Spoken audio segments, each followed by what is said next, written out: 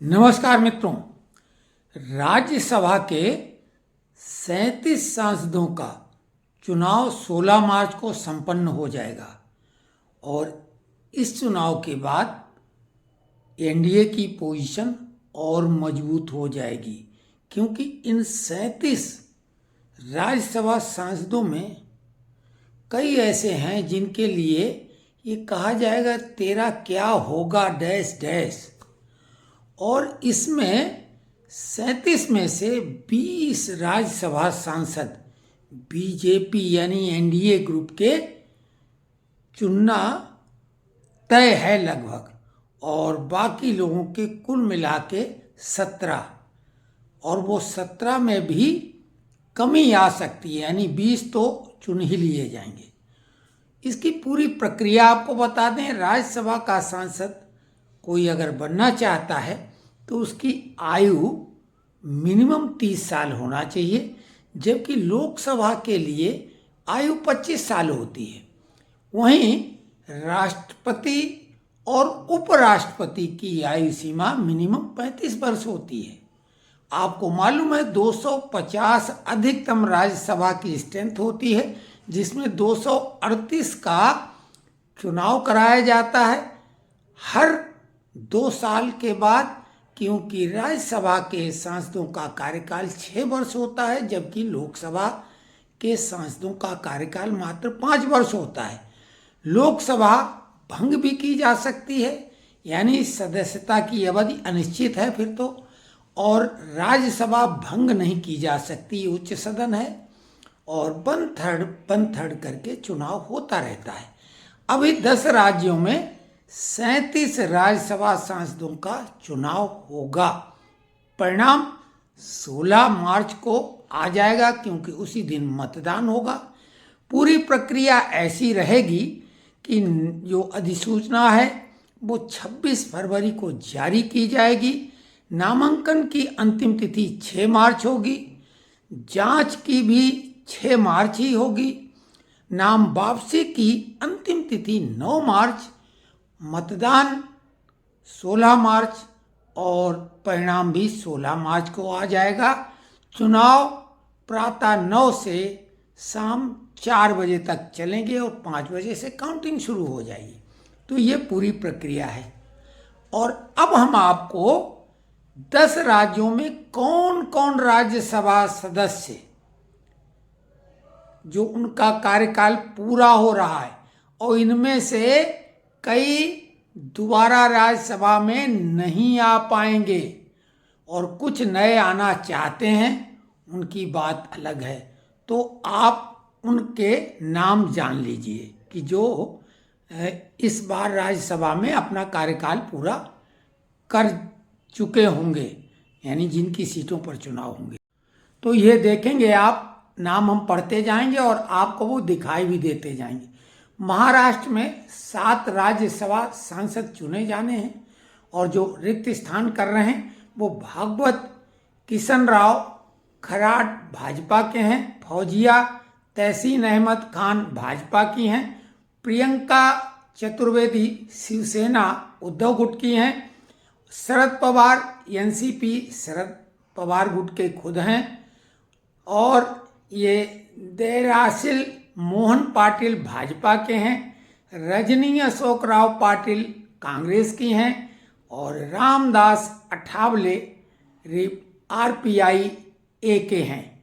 तो इस प्रकार से 3 जो कांग्रेस, शिवसेना, उद्धव और एनसीपी के 3 सांसद हैं, जिनमें 2 बेहद नामचीन हैं, प्रियंका चतुर्वेदी और शरद पवार, और दोनों का आ पाना संभव नहीं है। महाराष्ट्र से बीजेपी 7 की 7 सीटें जीत सकती है, 6 तो जीत ही जाएगी, लेकिन उनकी स्थिति जैसी है उनमें तो तालमेल होगा नहीं, इसलिए 7 की 7 सीटें बीजेपी का यानी एनडीए जीत जाएगा। तमिलनाडु में 6 सांसद हैं, जिसमें डीएमके के NR Elango, P Selvarasu, M Thambidurai ये AIDMK के हैं, Tiruchi Siva DMK, doctor Kanimozhi DMK, GK Vasan ये कांग्रेस के हैं।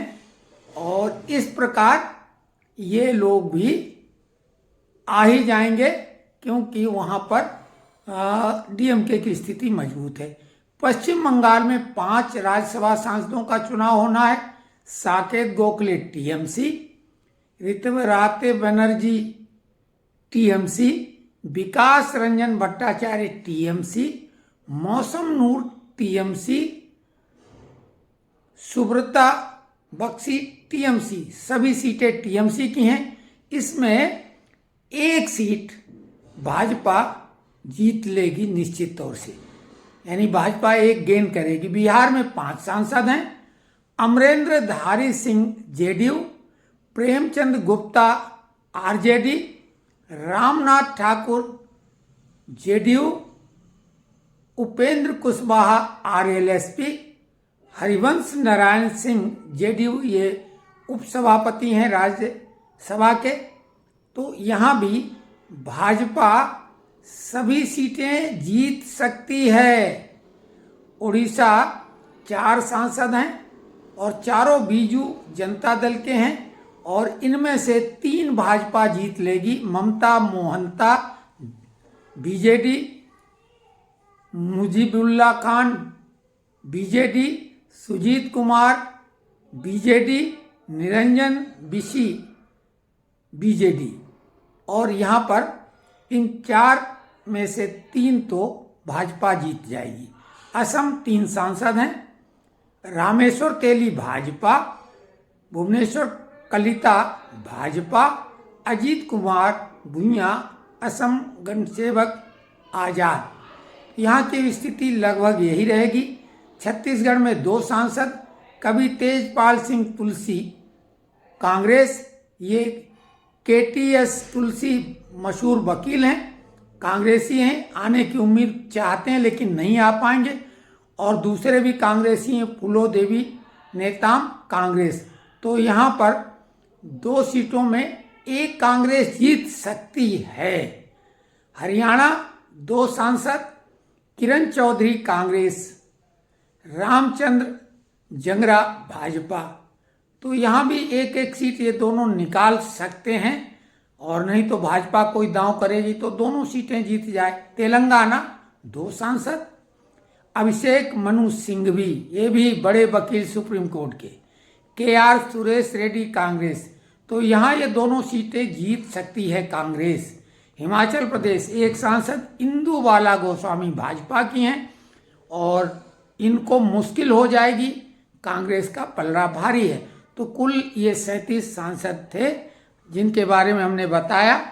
और आप ये मान लो कि अब भाजपा अपने दम से लगभग बहुमत प्राप्त कर लेगी और कांग्रेस का जो येलोपी है यानी विपक्ष दल का नेता का पद वो खतरे में आ जाएगा, क्योंकि कांग्रेस के पास विपक्ष के नेता के अधिकृत राज्यसभा सांसद नहीं रह जाएंगे। और यही नहीं, अभी 1 महीने बाद चुनाव होंगे मध्य प्रदेश में 3 सीटों की, जो कि 3 की 3 कांग्रेस की हैं और वो 3 की 3 वो गंवा देगी। उसमें दिग्विजय सिंह भी हैं राज्यसभा सांसद। तो ये जानकारी कैसी लगी कमेंट्स बॉक्स में लिखें।